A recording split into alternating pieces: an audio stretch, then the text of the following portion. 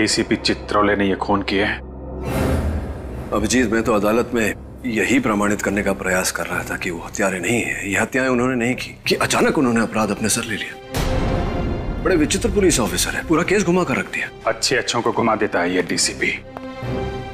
अगर तुम इस आदमी को अच्छी तरीके से जानते होते तो इसका केस लड़ना तो दूर, इसे अपने पास खड़ा भी नहीं करते। इतना काइया आदमी है ये कि कब क्या कर बैठेगा कुछ पता नहीं चलता। ये जो अदालत में पलटी मारी है ना, अपना गुनाह कबूल कर लिया है, ये बिना बात के नहीं किया है।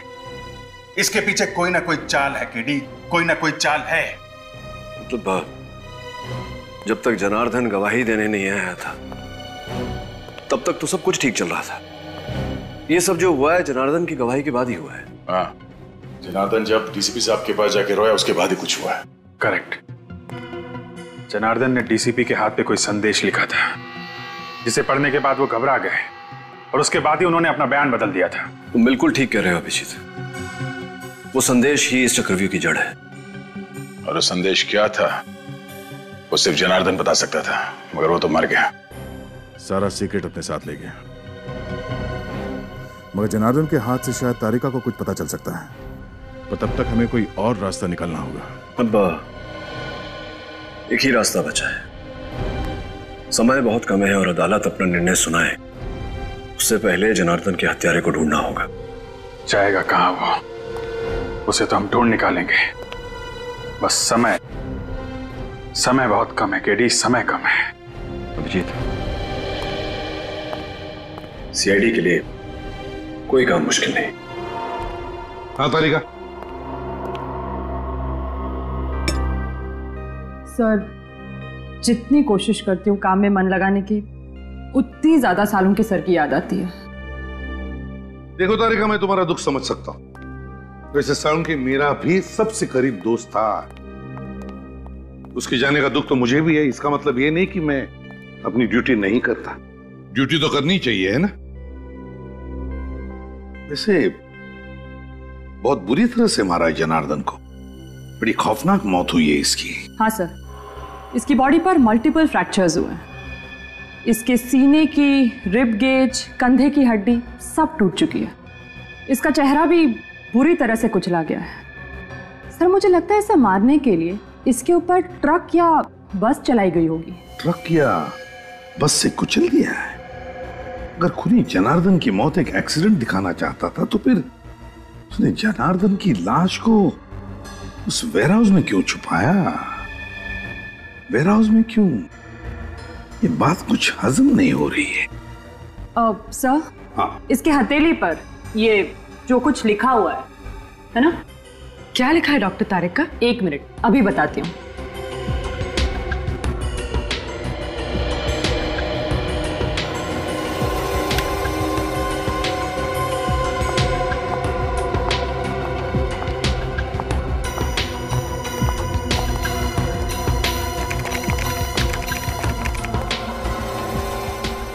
अपराधी बनोगे या खूनी, जुर्म मान लो वरना शहर में 4 बॉम्ब फटेंगे। अपराधी बनोगे या खूनी, जुर्म मान लो वरना शहर में 4 बॉम्ब फटेंगे। जुर्म मान लो वरना शहर में 4 बॉम्ब फटेंगे। माय गॉड, तो ये बात है। इसीलिए डीसीपी चित्रोले ने जुर्म कबूल कर लिया, इसी धमकी की वजह से। लेकिन सर, अब हम 4 बम तक पहुंचेंगे कैसे? निखिल, जनार्दन की लाश खूनी ने उस वेयरहाउस में छुपा दी। उसी वेयरहाउस में क्यों? कोई ना कोई तो वजह होगी जनार्दन की लाश को उस वेयरहाउस में छुपाने की।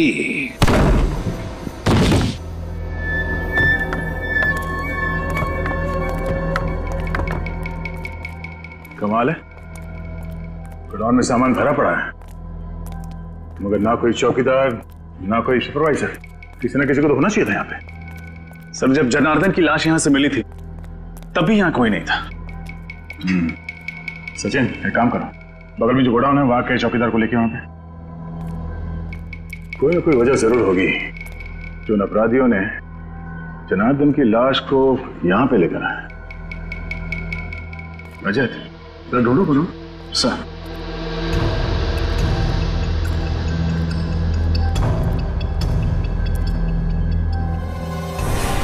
सर। हाँ रजत। सर ये देखिए। सर जरूर यहां पर कुछ डब्बे रखे हुए थे जो हाल ही में यहां से शिफ्ट किए गए। क्या होगा उन डिब्बों में? तो चेक करो।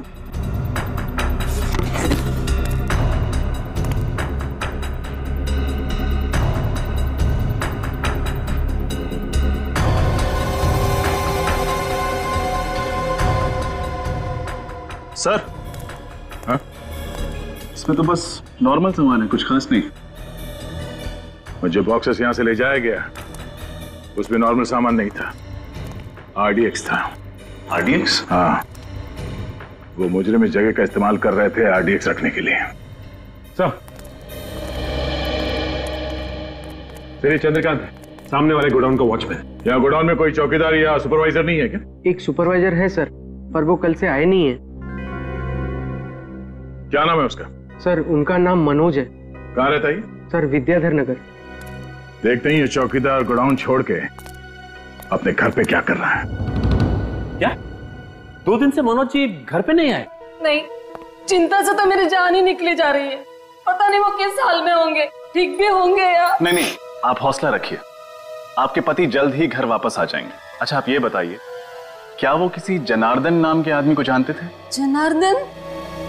नहीं तो, ये नाम तो उनके मुंह से कभी सुना ही नहीं। ये जनार्दन है, शायद आपने इसे कभी देखा हो। ये जनार्दन है? हाँ, आप इसे जानती हैं? हाँ, पिछले हफ्ते ये आदमी हमारे घर के सामने फोटो ले रहा था। फोटोज?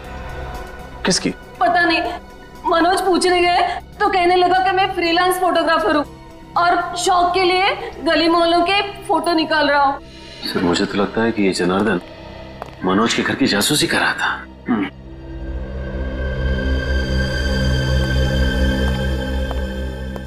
ये आदमी कौन है? यही तो मेरे पति है, मनोज। ये मनोज है? हाँ, लेकिन आप ऐसा क्यों पूछ रहे हैं? आपने इन्हें कहीं देखा है क्या? शायद। इनकी कोई मेडिकल रिपोर्ट्स हैं आपके पास? जी, अभी लाती हूँ।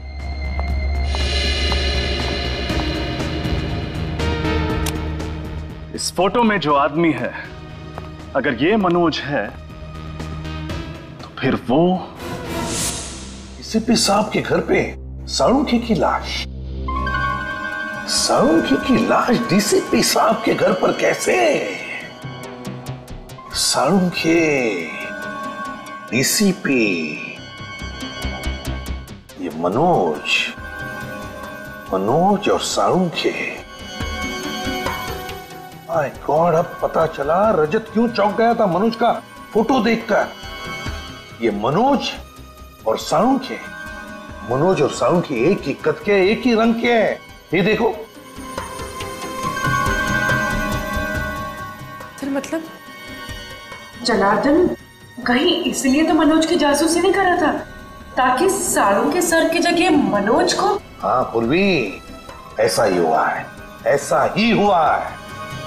किडनैपर्स ने सिर्फ मनोज का इस्तेमाल नहीं किया, बल्कि उसे किडनैप करने के बाद उसके वेयरहाउस में आरडीएक्स रखना शुरू कर दिया। आरडीएक्स रखना तो कहीं ऐसा तो नहीं कि मनोज को किडनैप करने के बाद उसका खात्मा कर दिया,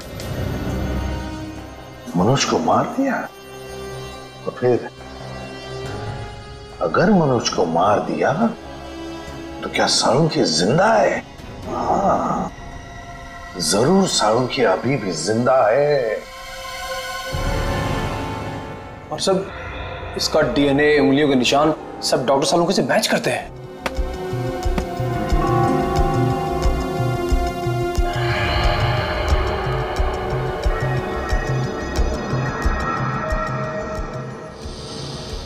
अपेंडिक्स ऑपरेशन का निशान? सर? सर सालों के सर ने तो कभी भी अपेंडिक्स का ऑपरेशन करवाया ही नहीं था। हाँ तो इसका हुआ है मनोज का, वो भी 1 महीने पहले। ये देखिए रिपोर्ट्स में साफ लिखा है। और तुम्हें इसके शरीर पर अपेंडिक्स के ऑपरेशन का निशान मिला है ना? हाँ सर, बिल्कुल क्लियरली। ये देखिए सर, इसका मतलब सालों के सर जिंदा है। वाह। अगर सालों के जिंदा है तो फिर उसे जल्दी से जल्दी ढूंढना चाहिए। लेकिन एक सवाल खड़ा होता है कि अगर ये मनोज है तो फिर इसके उंगलियों के निशान सालुंके की उंगलियों के निशान के साथ मैच कैसे होते हैं? ये तो मेरी भी समझ में नहीं आ रहा है सर। तरीका एक बात बताओ, पिछले कुछ दिनों में तुम दोनों के अलावा, मेरा मतलब है तुम और सालुंके के अलावा, लैब में और भी कोई आया था? याद करो। हाँ सर, रोहन, वो lab attendant. I am sure उसी ने सालुंके सर की डिटेल्स के साथ छेड़छाड़ की होगी। Rohan lab attendant? तो फिर इस रोहन को उठाओ और सालुंके कहां है ये डीसीपी चित्रोले के घर से पता चलेगा।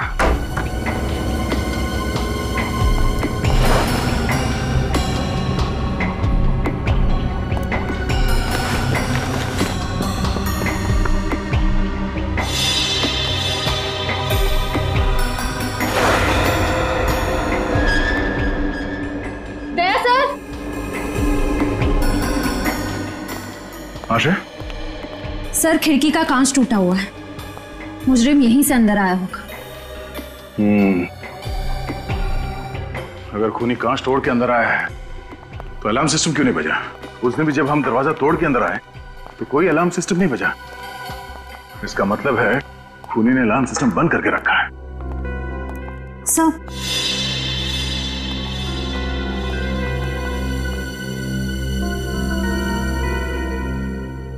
अलार्म बंद है।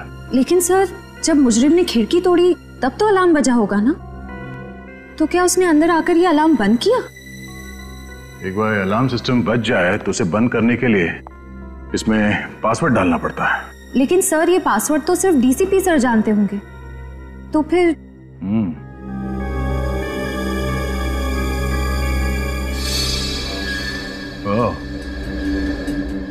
डीसीपी के अलावा ये कैमरा भी जानता होगा वो कोड। इस कैमरे के जरिए खूनी को वो पासवर्ड के बारे में पता चल गया जब डीसीपी साहब ने वो पासवर्ड इस अलार्म में डाला। लेकिन सर इस कैमरा की फुटेज उस मुजरिम तक कैसे पहुंची होगी? सर हो सकता है उस मुजरिम ने यहाँ कहीं आसपास ट्रांसमीटर छुपा रखा हो। हाँ, ट्रांसमीटर होना चाहिए आसपास। तो खिड़कियों के आसपास देखो। Yes sir.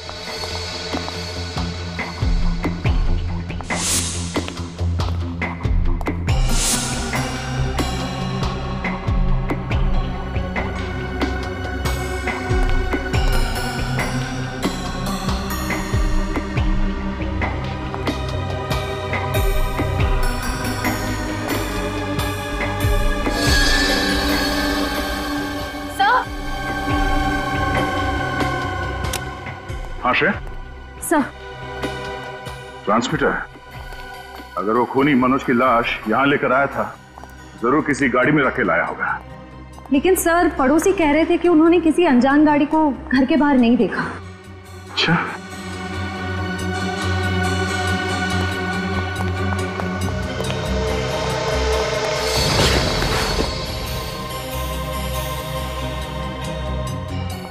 इस न्यूज़पेपर वाले ने जरूर कुछ देखा होगा।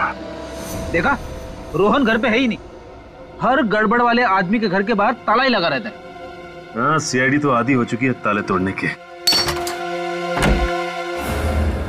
रोहन ने जरूर कोई सुराग छोड़ा होगा, ढूंढो।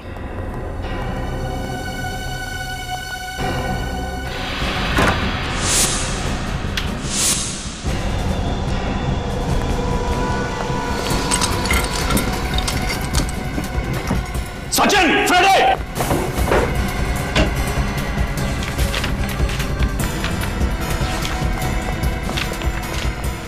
बॉम्ब बनाने का इतना सारा सामान, मतलब रोहन ने लैब में हमारे कंप्यूटर के साथ छेड़छाड़ नहीं की, बल्कि उसने अपराधियों की मदद की है बॉम्ब बनाने में। हाँ, और ये बॉम्ब बहुत ताकतवर है। ये देखो, आरडीएक्स का इस्तेमाल किया गया है इन्हें बनाने में। मुझे तो बड़ी घबराहट हो रही है। अगर जल्द से जल्द रोहन को पकड़ा नहीं गया तो न जाने कितने मासूम लोग इस बम का शिकार हो जाएंगे। सब कुछ नहीं होगा फ्रेड, रोहन को हम जरूर पकड़ेंगे और बॉम्ब्स मिलने के पहले पकड़ेंगे। टूटा हुआ सिम कार्ड, जरूर रोहन ने नया सिम कार्ड खरीदा होगा।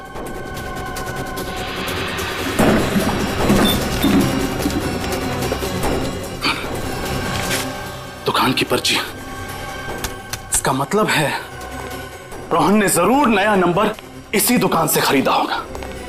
Vikram mobile and communications, bungalow number 32, Kailash road, civil lines. वहां अखबार आप ही डालते हो ना? जी हाँ सर, वो तो डीसीपी चित्रोले साहब का घर है ना? हाँ हाँ, चित्रोले साहब का घर है। घर के बाहर उनकी गाड़ी खड़ी थी क्या?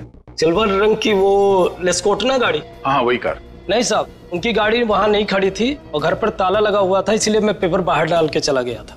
अच्छा, किसी और की गाड़ी खड़ी थी उनके घर के बाहर? हाँ साहब, घर के बाहर 2 गाड़ियां खड़ी थी।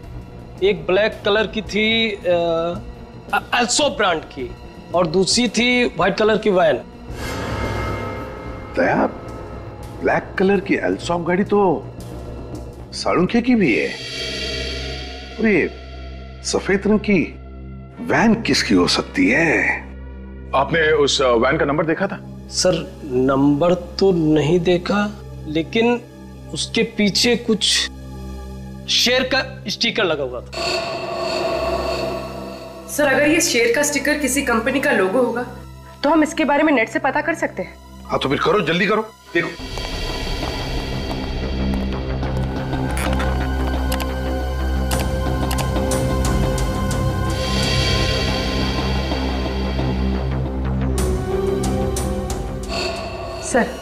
सर ये है सारे लोगो। आओ दिखाओ जरा, कौन सा स्टिकर था? देखो ये सारे लोगोज है। ये वाला सर। दीवान फैशन हाउस। पूर्वी, काम करो, इस दीवान फैशन हाउस में फोन करके पूछो कि उनके पास कोई सफेद रंग की डिलीवरी वैन है क्या जिसके ऊपर ये ऐसा स्टिकर है। आप जा सकते हैं। Thank you. दया, ये दीवान फैशन हाउस की गाड़ी का, ऐसी गाड़ी उनके पास क्या कर रही थी? सर, हाँ सर, उस रोहन का नया मोबाइल नंबर पता चल गया। गुड। कहां पर ट्रेस हुआ? सर उसका फोन मालविया नगर में ट्रेस हुआ है सर। सर जीपीएस के हिसाब से रोहन का फोन एक जगह पे रुका नहीं है, बल्कि एक जगह से दूसरे जगह पे मूव कर रहा है सर। मालविया नगर। हेलो दीवान फैशन हाउस, हाँ मैं सीआईडी से इंस्पेक्टर पूर्वी बोल रही हूँ। आपके पास कोई सफेद कलर की डिलीवरी वैन है?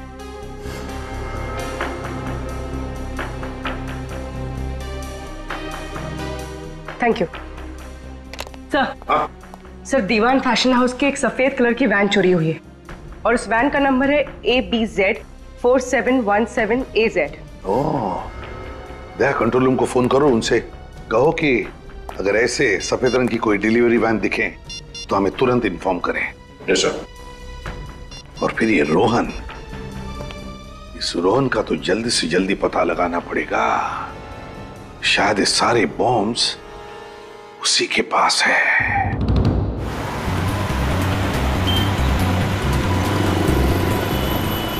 तेरी रोहन का मोबाइल प्रिंस रोड की तरफ मुड़ गया। ओह नो, कहीं ये सेलर बाजार तो नहीं जा रहा? सर वो इलाका तो काफी भीड़ भाड़ वाला है, अगर वहां पे बॉम्ब फट गया तो तबाही मच जाएगी। ऐसा कुछ नहीं होगा सचिन, इसके गंदे इरादे को कामयाब होने नहीं देंगे। सीआईडी से रोक लेगी। एक काम करते हैं, आगे से राइट लेते हैं, शैतान चौकी से शॉर्टकट है सीधे सेंट्रल बाजार जाने के लिए। सचिन, बॉम्ब स्क्वाड को फोन करो और उन्हें फौरन सेंट्रल बाजार पहुंचने के लिए बोलो। Bomb squad?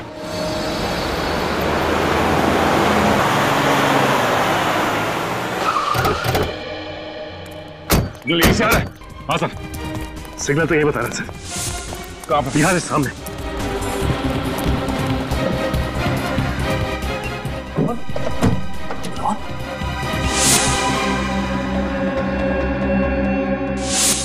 ये जिंदा है, एम्बुलेंस बुलाओ। सचिन जल्दी। अजित, इसे बाहर निकालो। संभाल के, गोली सीधे छाती पे मारी है।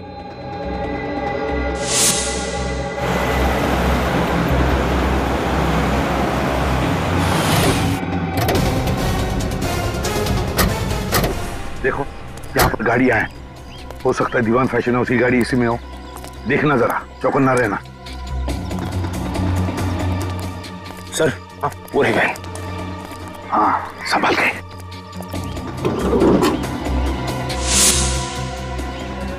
गाड़ी को अंदर से अच्छी तरह से चेक करो, देखो कोई ना कोई सुराग जरूर मिलेगा।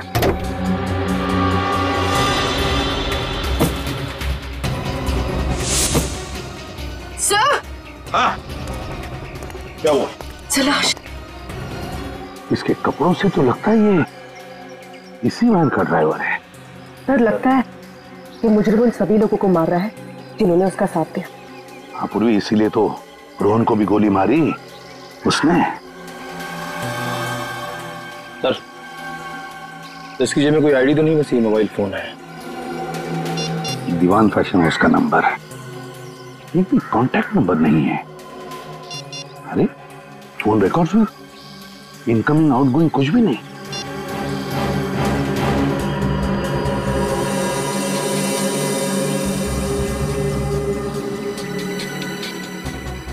अरे सारुंगी का पेन है, इसका मतलब है सारुंगी को इसी वैन में ले जाया गया किडनैप करके। My God. निखिल जल्दी से बॉम्ब डिटेक्टर लेकर आ, हो सकता है इस गाड़ी में बॉम्ब है।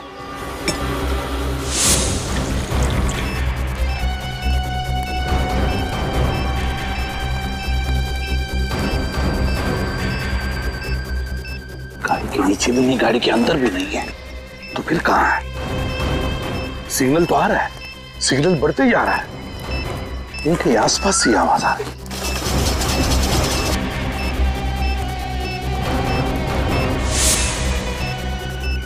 सिग्नल और भी बढ़ने लगा।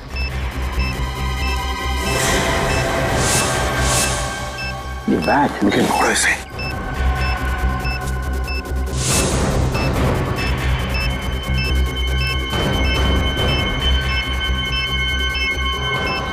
सिग्नल तो दिखा रहा है, बॉम्ब यहीं कहीं आसपास है।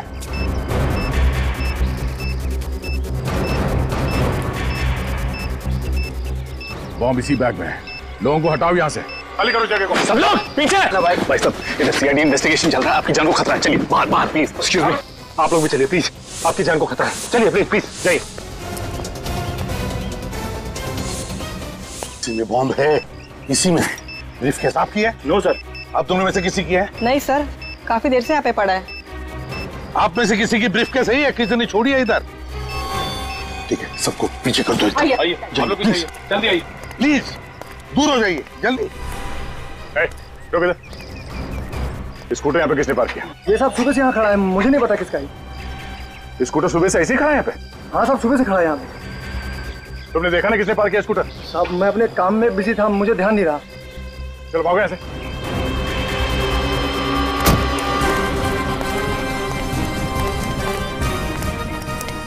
विकी सर, बॉम्ब से करेक्ट है। विकी बहुत क्रिटिकल सिचुएशन है, हमारे पास टाइम बहुत कम है। इस बैग में बॉम्ब है, जल्दी से डिफ्यूज करो उसे। लेकिन सर इस ब्रीफकेस के कोड तो लॉक है। नंबर लॉक खोल कर देखते हैं, खुलता है क्या?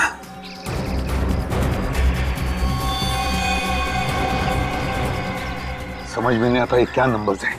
काम करो, बॉम्ब स्क्वाड को फोन करो, बोलो जल्दी आ जाए वो लोग।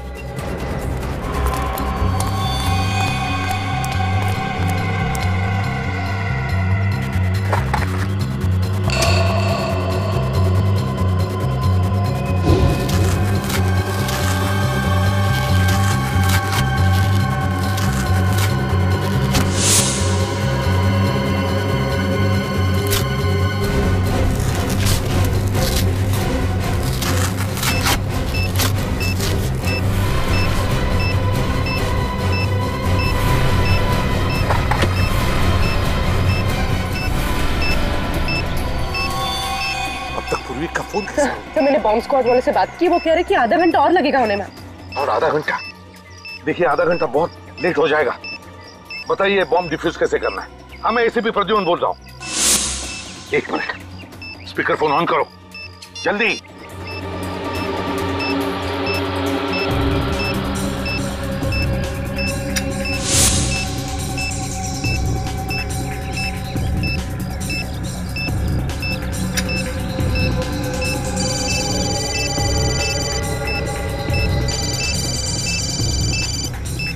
सर ये तो रोहन का फोन बज रहा है। कोई लैंडलाइन नंबर है। सर फोन नहीं उठाएगा, अगर फोन रिसीव किया तो बम फट जाएगा सर। इसका कनेक्शन इससे है सर। व्हाट? जल्दी कुछ कीजिए। अब बम पे टाइमर लगा हुआ है, टाइमर बंद है, घड़ी बंद है। वो है उसमें दूसरा तार लगा हुआ है, पीले रंग की, लाल रंग की और नीले रंग की वायर्स हैं। एक काम करिए, पहले आप पीला वाला वायर काटिए। पीला वाला।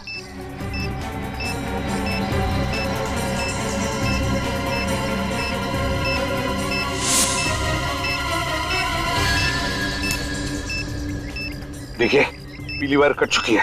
अब बताइए आगे क्या करना है, जल्दी बताइए प्लीज। ये तो वैन के ड्राइवर का फोन है। यहाँ तो टाइमर शुरू हो गया है। फोन रिसीव मत करना, अगर रिसीव किया तो बॉम्ब फट जाएगा। हेलो, सुन लिया आपने? बॉम्ब एक्टिवेट हुआ है सेल फोन के जरिए। अब क्या करें हम? 7 सेकंड बचे।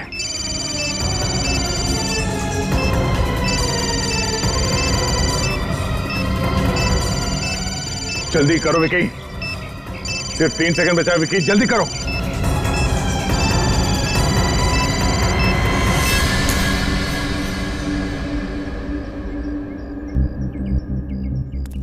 एक बॉम्ब को तो फटने से रोक लिया, न जाने बाकी के बॉम्ब्स कहां रखे हैं।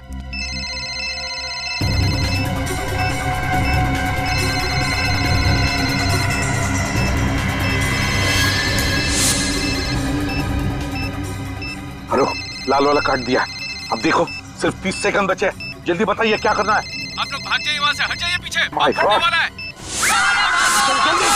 लेट्स गो, चलो जल्दी।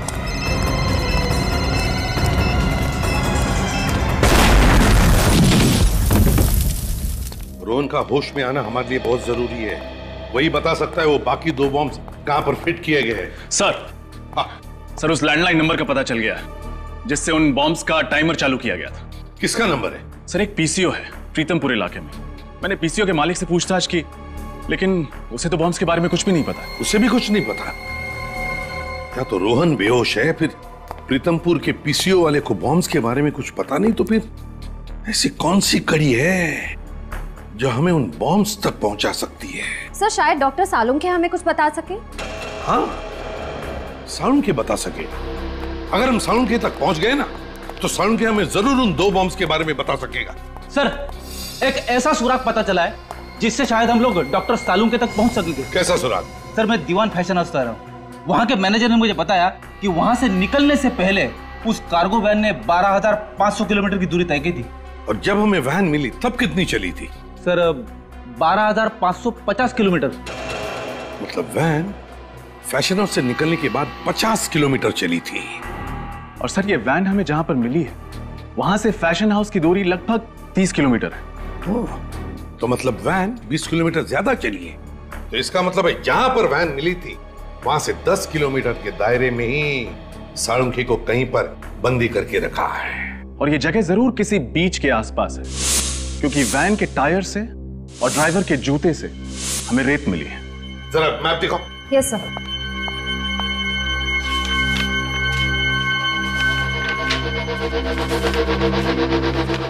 दीवान फैशन हाउस कहां पर है? ये रहा दीवान फैशन हाउस, और हमें वैन मिली थी उनकी यहां पर। अब यहां से 10 किलोमीटर के दायरे में बीच है ये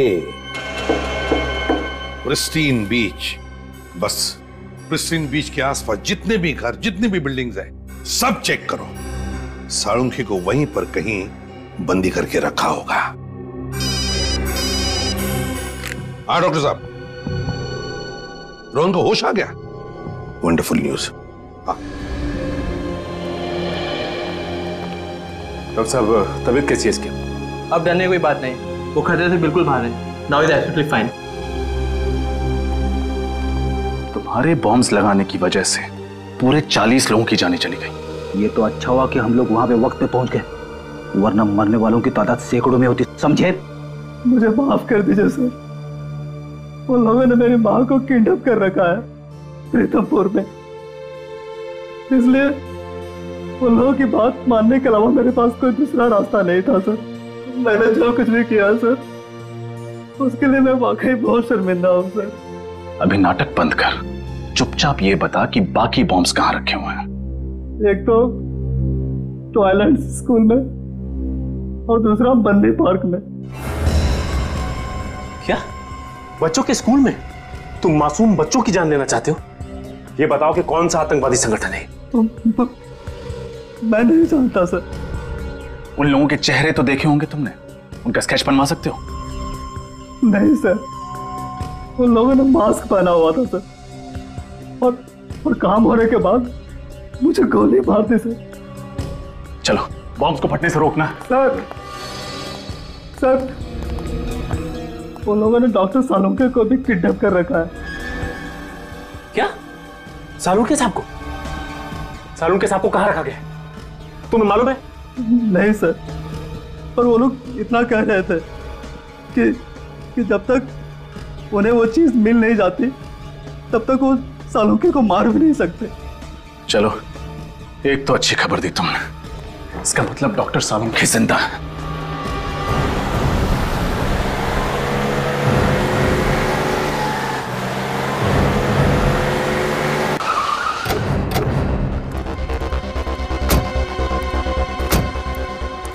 सचिन, फ्रेडी, पूरा एरिया छान मारो। तुम?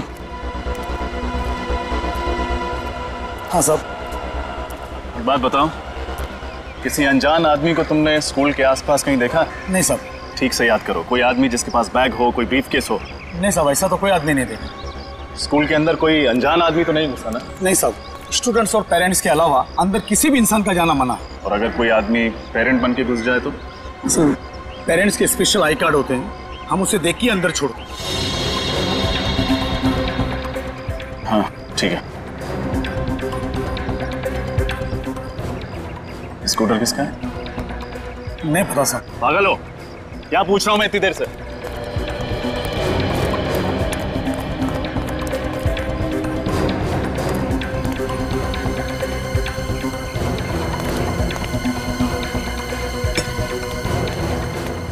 अरे भाई साहब क्या कर रहे हो आप?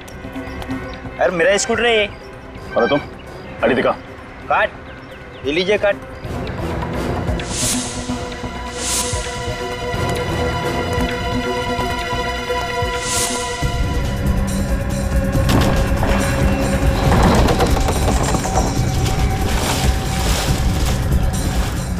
Sir,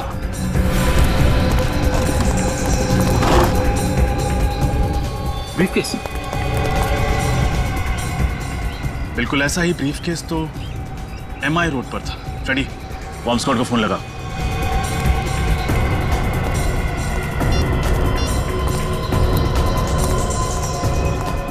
hello, bomb squad. हाँ सर, बॉम्ब डिफ्यूज हो गया सर। Thank God. हाँ सर, हम लोग पार्क में पहुंच गए sir. Okay sir. Sachin, Rajat, park खाली करो जल्दी, बॉम्ब ढूंढो। चलिए आप लोग यहाँ से बाहर जाइए, पार्क से बाहर जाइए जल्दी। हटिए आप लोग भी प्लीज। सीआईडी इन्वेस्टिगेशन चल रही है, प्लीज जगह खाली कीजिए। खाली कीजिए, खाली कीजिए, पार्क खाली कीजिए जल्दी जल्दी प्लीज।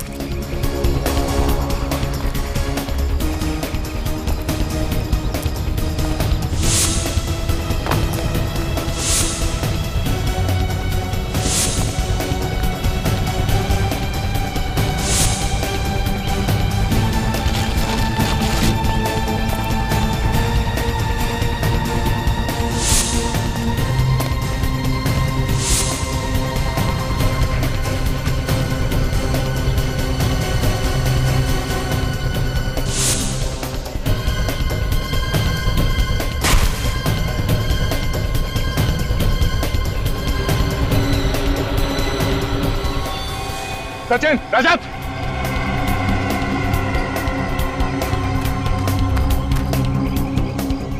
ब्रीफकेस, शायद इसी में बॉम्ब है। बॉम्ब स्क्वाड को फोन करो जल्दी।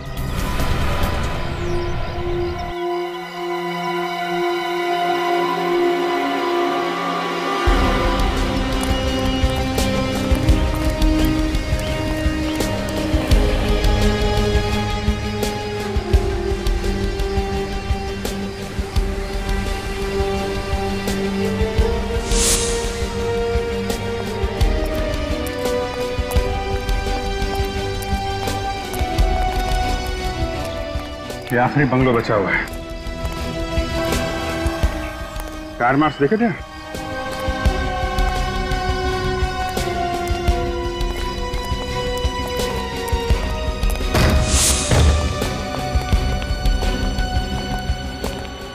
इधर देखो।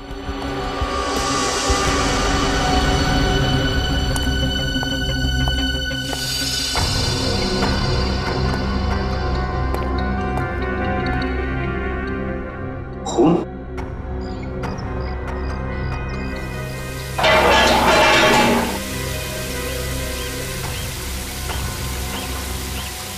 साड़ू के सर?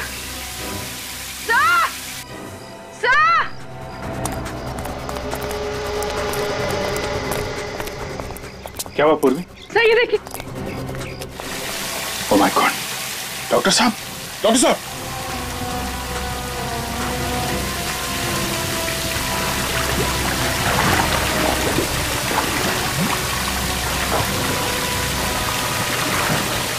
जल्दी से सीढ़ी का इंतजाम करो, पानी बंद करो।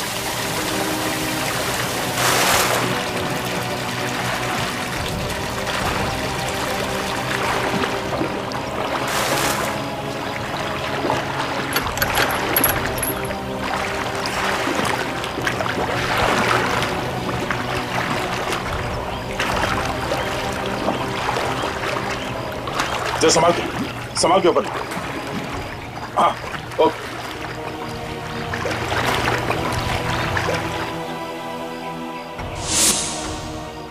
डॉक्टर साहब, पूर्वी, जल्दी हॉस्पिटल में फोन करो।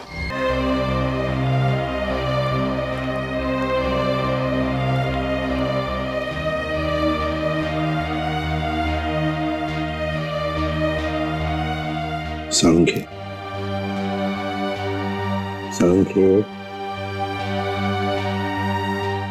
अबे तू तो जिंदा है? कहा था ना मैंने, इतनी जल्दी शहीद नहीं होने दूंगा मैं तुझे। बचा लिया, समझे? बचा लिया। अबे हंसता क्या है? बोल सकता है क्या? चल कोई बात नहीं, लिख के बता क्या क्या जानता है उस मुजरिम के बारे में।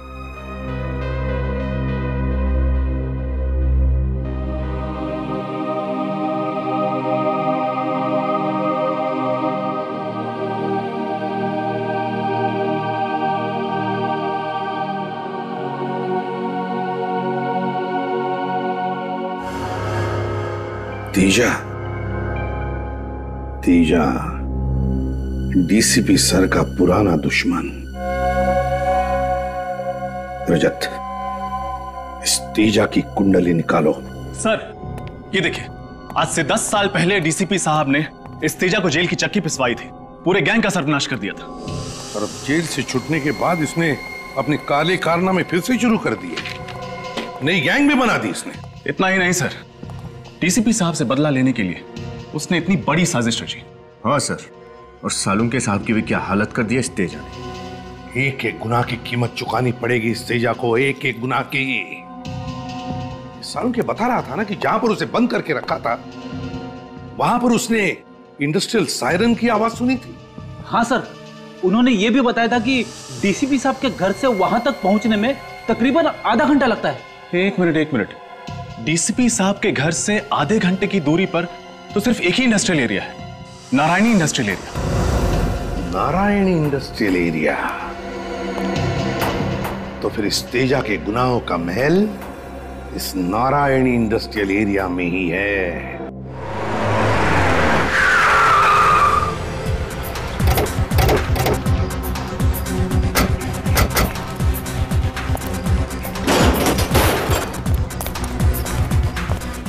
कहाँ जा रहे आप लोग? थाने के अंदर जा रहे हैं। अंदर जाने अलाउड नहीं है।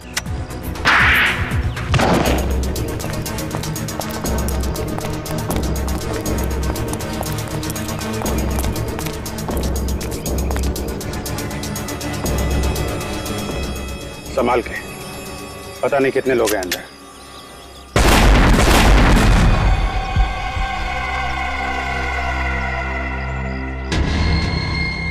माय गॉड, माइंस बिछा रखे हैं यहाँ पे तो। पहले इन माइंस को खत्म करना पड़ेगा।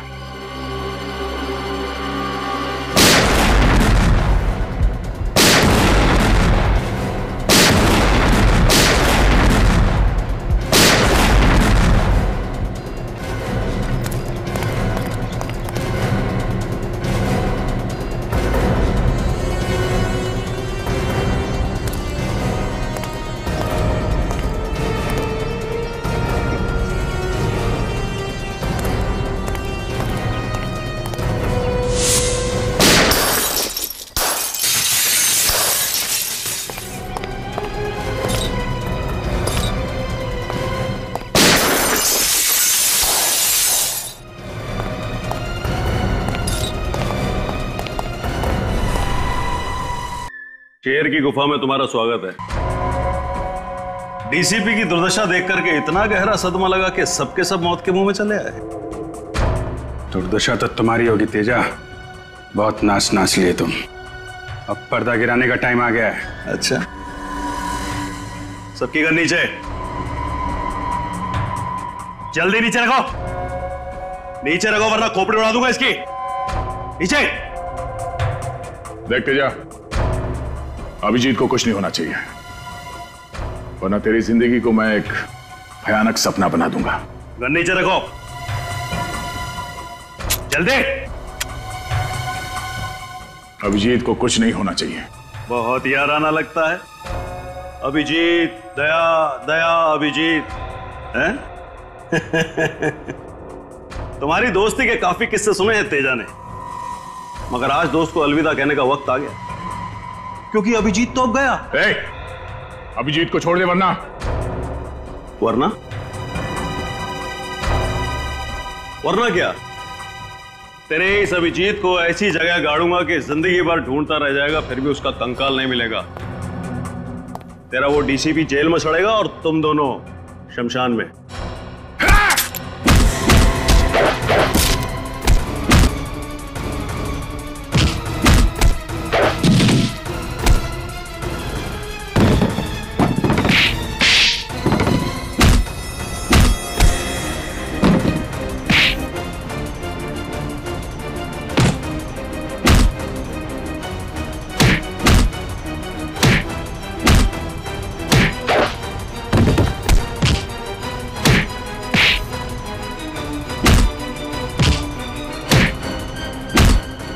क्या बोला तू? अभिजीत का कंकाल बनाएगा तू? हलवा है क्या? छोड़ दो मुझे, जाने दे। पहले दर्शन तो कर ले अदालत का।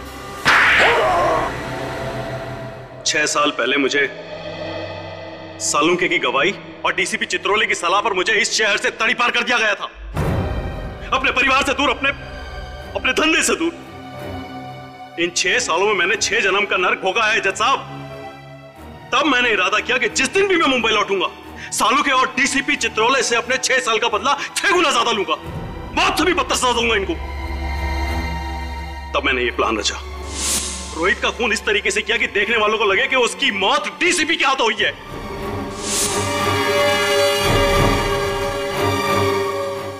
और फिर जब सालुंके डीसीपी के घर पर पहुंचा तो उसके निकलते मैंने उसे भी अगवा कर दिया।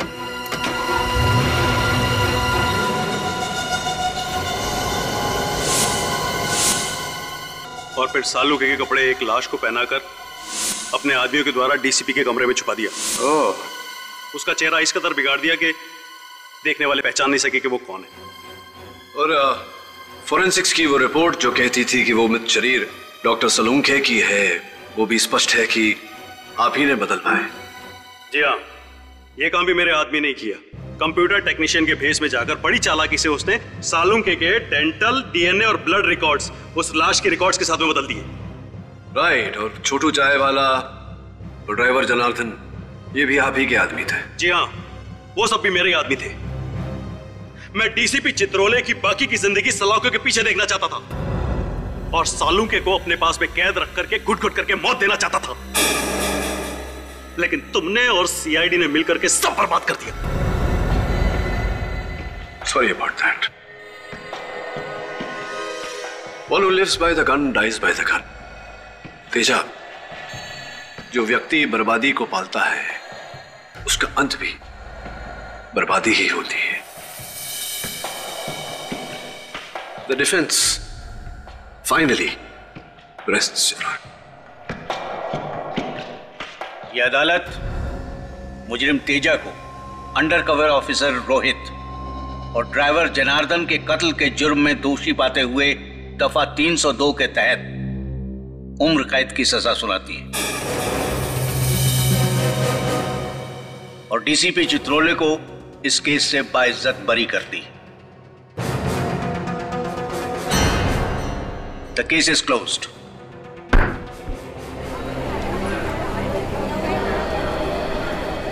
औरक साहब।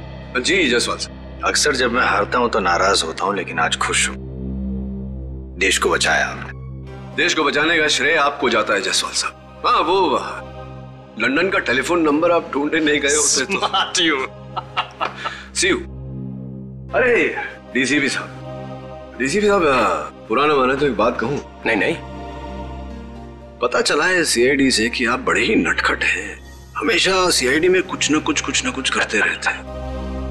डीसीपी साहब, अब तो सुधर जाइए। केडी, तुम हो ना, अगर कुछ करूंगा भी तो बचा लेना। लो कर लो बात। मुझे तो लगा था सर इस बार डीसीपी चित्रोले भाई टाटा हो गए। अरे बड़ी अजीब गजब की किस्मत है उनकी, हर बार बच निकलते हैं। मैंने तो सबूत भी ढूंढ लिया था उनके खिलाफ, लाश पर से वो बाल। हाँ, वो सफेद बाल जो आजकल काला है, काला। अरे सर, वो फेमस डीसीपी चित्रोले बाल। मैं तो कहता हूँ उस बाल की वजह से डीसीपी साहब कम से कम 10 साल के लिए अंदर चले जाते। 10 साल के बगैर उस बाल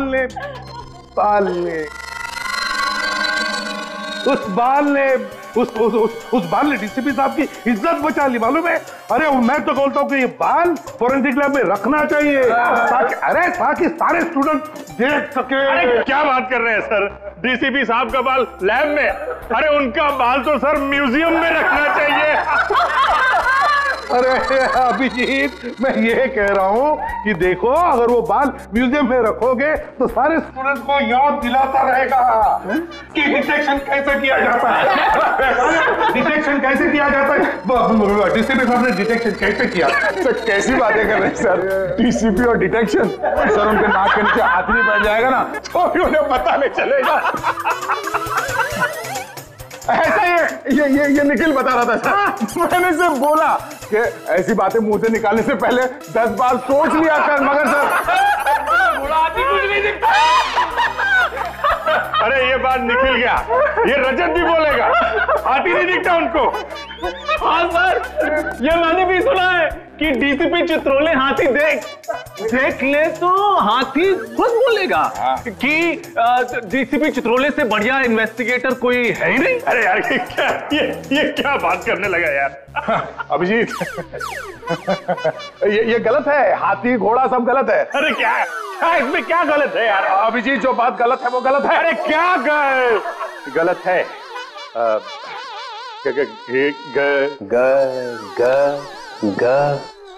ग से गधा। से गलत है सर। मुझे हाथी घोड़ा दिखाई नहीं पड़ता है। सर मैं तो आपकी टीम में हूँ सर। क्या? नहीं सर, आपकी टीम में हूँ। धोबी का कुत्ता, ना घर का ना घाट का। सर वो तो हमने तो आपको बचाने के लिए एड़ी चोटी का जोर लगा दिया सर, दिन रात डिटेक्शन किया, वो सुराग ढूंढ के निकाला सर। वो बाल नहीं सर, वो निकाला सर, वो हाथी।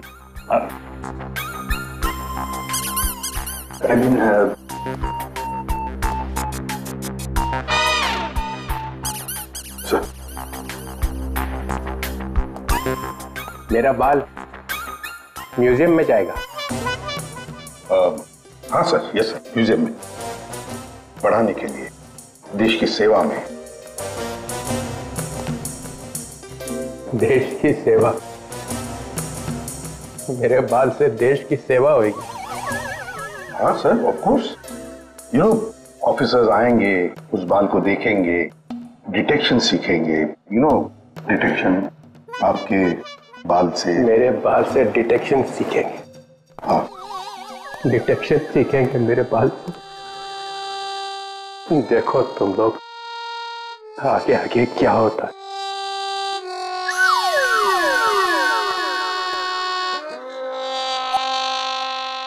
जाते जाते भी टेंशन दे गया है। अरे देखा जाएगा। For more updates, subscribe to our channel, click the show links and enjoy watching the videos.